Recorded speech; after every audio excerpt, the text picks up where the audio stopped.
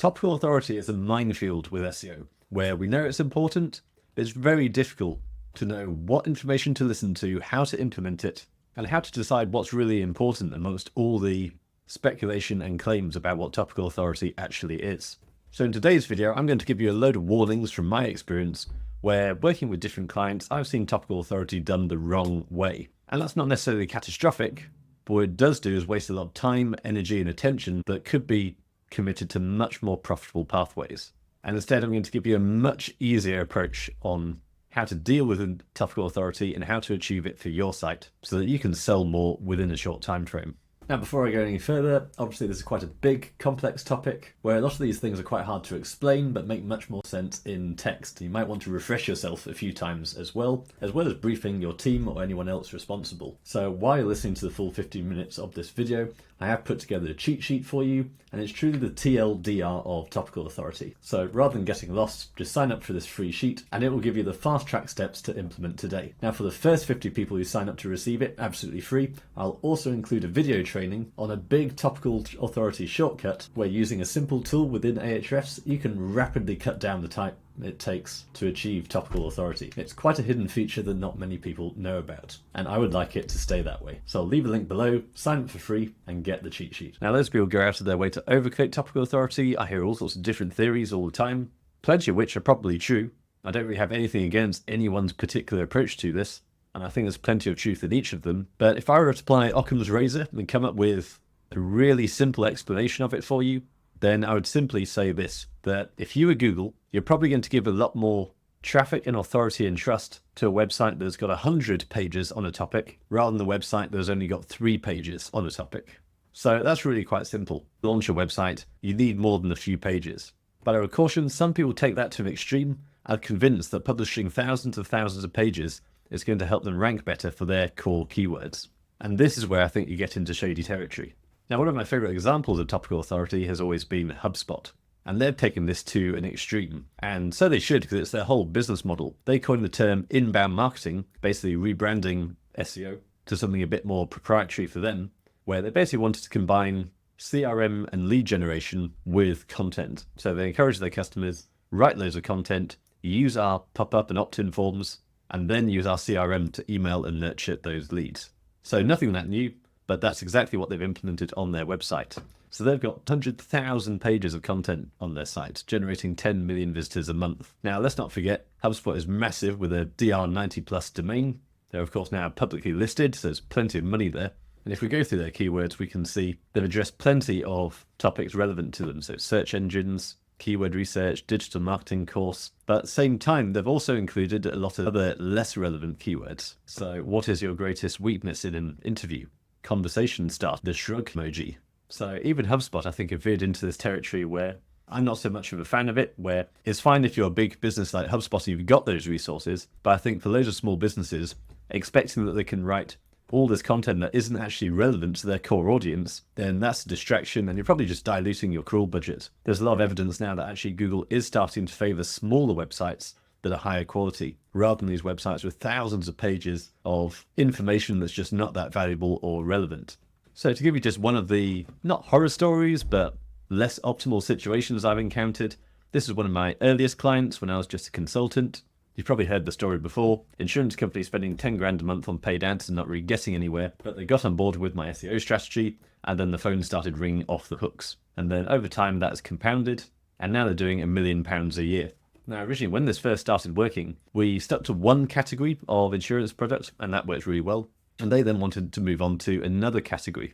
In fact, I can be quite open about this. The new category we moved on to was pet insurance. Now, pet insurance is extremely competitive, extremely lucrative. And while we'd had a lot of luck before with other insurance products, by digging down, identifying more niche opportunities, with pet insurance, there's just not that many niches about. So you've got dog insurance, cat insurance, multi-pet, and the overall pet insurance. And that's kind of it. There's some nuances around illnesses and pre-existing conditions, but fundamentally, most people need pet insurance, just Google for pet insurance, and that's kind of it. So I think we're kind of around the summer of 2021 at this point. So having done the research, I said to this brand, if you want to rank for pet insurance, you've really got to double down on link building, because we just don't have the power to compete at this stage. And that's a problem that's going to get worse. Backlink costs go up significantly over time.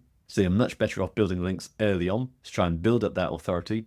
If you want to be a HubSpot or one of these big brands, you'll notice the secret to getting that D80, 90 domain rating is to start early and keep building links consistently over years and years. The longer you delay it, the harder it's going to be.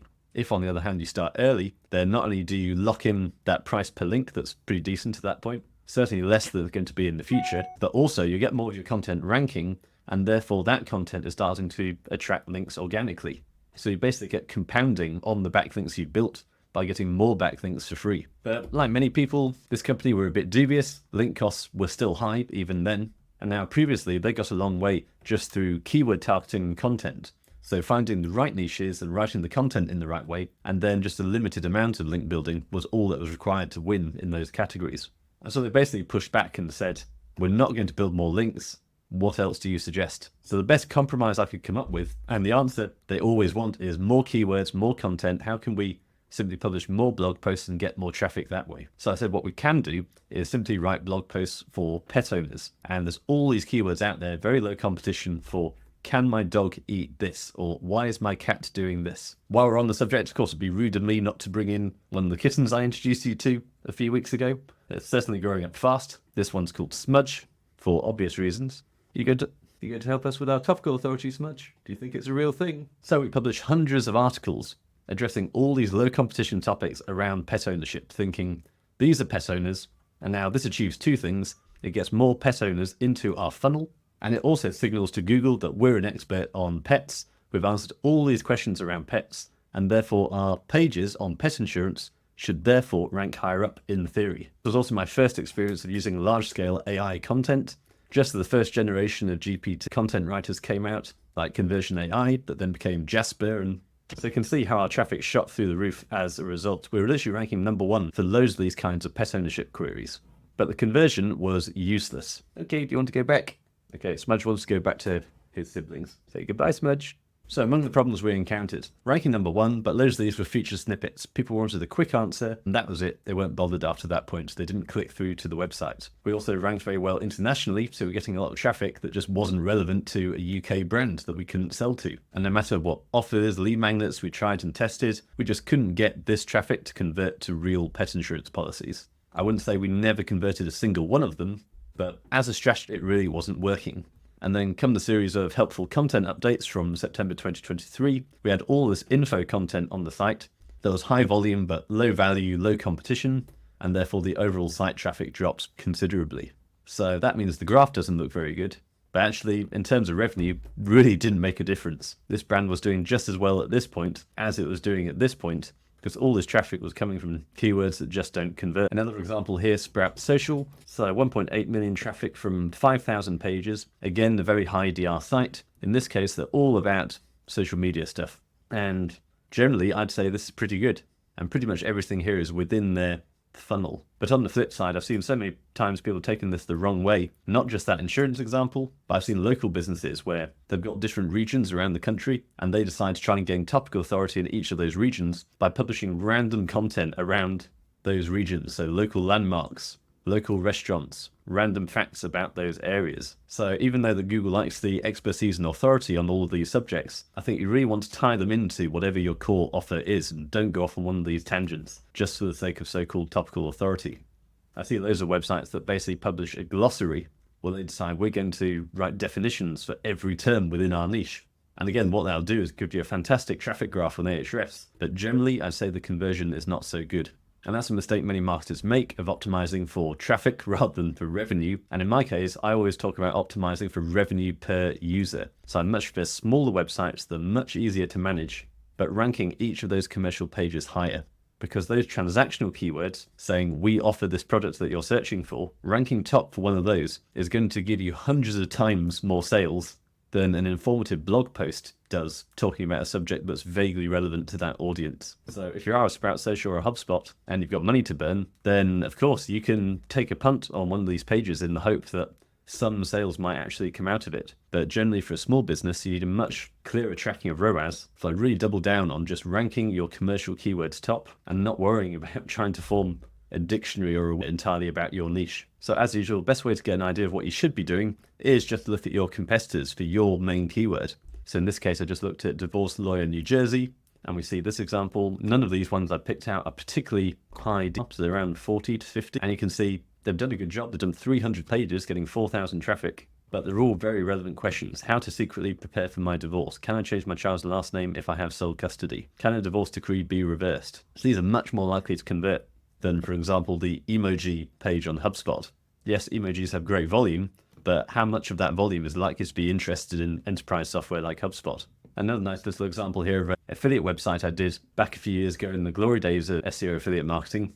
And this was in the traditional shaving niche, so safety razors, shaving brushes. And it actually only had 100 pages of content on the site, but I went deep into every single niche of safety razor, shaving brush, shaving soap. Never did any link building for it. And yet it ranked extremely well, literally outranking Men's Health, a lot of these big brands, because it was so comprehensive. So I was number 2 at one point for best shaving brush. I did hit page 1 eventually for best safety razor. And like I say, outranking a lot of big brands like GQ. And that's because while they had one page on safety razors, I got in and actually reviewed each and every safety razor out there. Ironically, if you look at the state of me.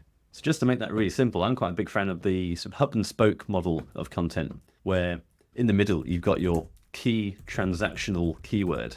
So in this case, divorce lawyer NJ. But then coming up off from that, you've got all these supporting pages. And I really like that term, supporting pages, rather than this idea of publishing thousands of blog posts. You could have maybe 6 to 12 supporting pages, depending on your niche. And then out here, you can have Q&As, so common questions and their answers, and stick to those fundamentals of how much, how do I do it?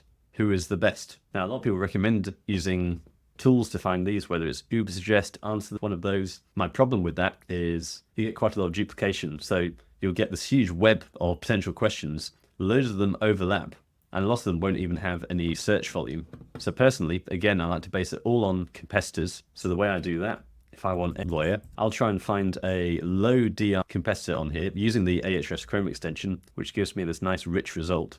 Now what I'm looking for, I'm ignoring big sites like Justia with a DR of 90. I want to find a little gem like this DR31 or this DR20 that seems to be doing something in terms of the on-page, the keywords, the content, that's smarter than these bigger sites that are just relying on their domain authority.